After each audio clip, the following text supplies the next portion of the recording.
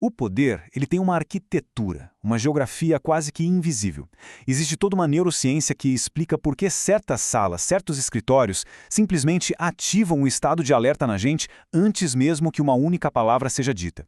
O que vamos decodificar aqui é o que se chama de engenharia ambiental do poder.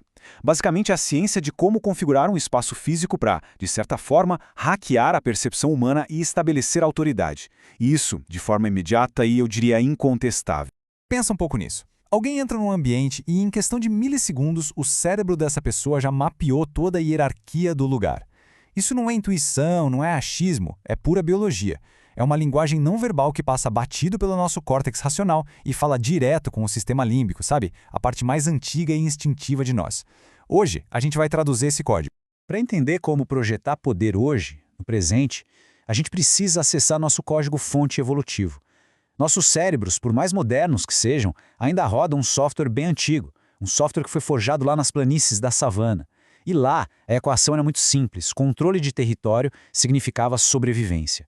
E sobrevivência, claro, era poder. E não se engane, por baixo daquela fina camada de civilidade, nós somos animais territoriais. Esse impulso de controlar o espaço é um drive biológico fundamental. E é exatamente esse drive que pode ser manipulado. Esse instinto é a chave mestra para projetar poder em qualquer arena moderna, seja num escritório ou numa sala de reunião. Ok, então o nosso cérebro primitivo ele é programado para reagir a 3 gatilhos de poder no ambiente. Primeiro, altura. A verticalidade sinaliza dominância. É uma herança direta de predadores em pontos de observação. Segundo, luz. Controlar a iluminação é, na verdade, controlar o que é visto, uma vantagem tática imensa. E terceiro, talvez o mais crítico de todos, o controle das entradas. Dominar os pontos de acesso significa controlar quem entra e quem sai do seu território. É o controle absoluto.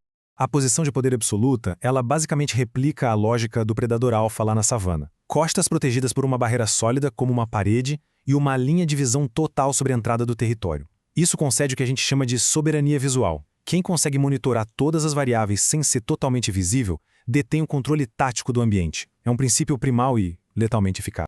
Bom, com a teoria já estabelecida, vamos para a aplicação tática. A seguir, a gente entra na primeira técnica de engenharia de submissão.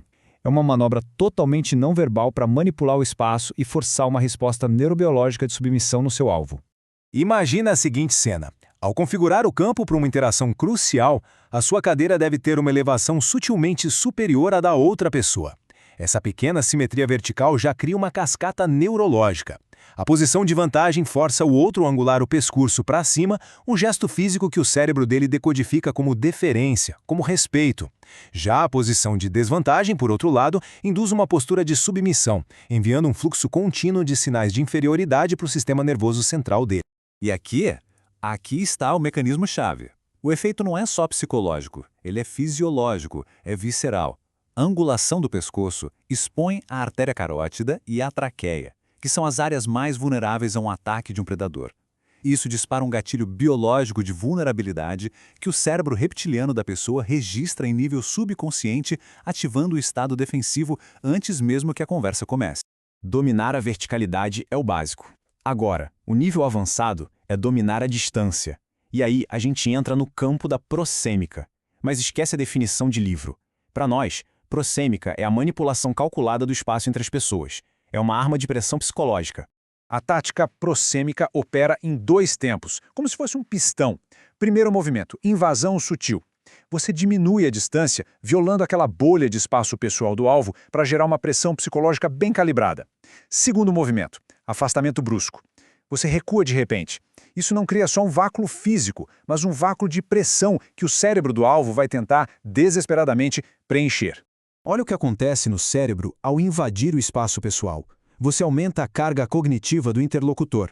O cérebro dele passa a ter que processar a ameaça espacial ao mesmo tempo em que processa suas palavras. O desconforto gerado por isso cria uma urgência para resolver a situação. E qual a maneira mais rápida de restaurar o espaço e aliviar essa pressão? Concordar. É um atalho cognitivo que você induziu. Então vem o golpe de mestre, o afastamento brusco. Isso cria um vácuo que, quando combinado com o silêncio, o que os interrogadores chamam de pausa desconfortável, sobrecarrega o cérebro do alvo. A natureza humana simplesmente odeia o vácuo e o silêncio. Para preencher esse espaço e quebrar a tensão, a pessoa muitas vezes verbaliza informações que não deveria, revelando o que pensa de verdade, suas reais intenções. Você cria a pressão e depois usa a liberação dessa pressão para extrair inteligência. O que foi detalhado aqui não são truques de conversação. É bem mais profundo. É uma recalibração da percepção da realidade. É a consciência de que toda a interação humana é, na sua essência, uma negociação de território, que acontece num campo de batalha físico e também psicológico. A partir de agora, a ideia é entender que seu reino começa onde seus pés tocam. Cada sala em que se entra não é um espaço neutro, é um tabuleiro estratégico. Sua cadeira é o seu trono. Sua posição em relação à porta é sua fortaleza. A distância mantida dos outros é sua arma. São todas ferramentas. Ferramentas para estabelecer controle antes que a primeira palavra seja dita. É preciso gravar esta verdade fundamental. O controle da cognição alheia começa com o controle do ambiente físico. A influência real, aquela que perdura, não é tecida com palavras, mas com a arquitetura do poder. Domine o espaço. As mentes, invariavelmente, o seguirão.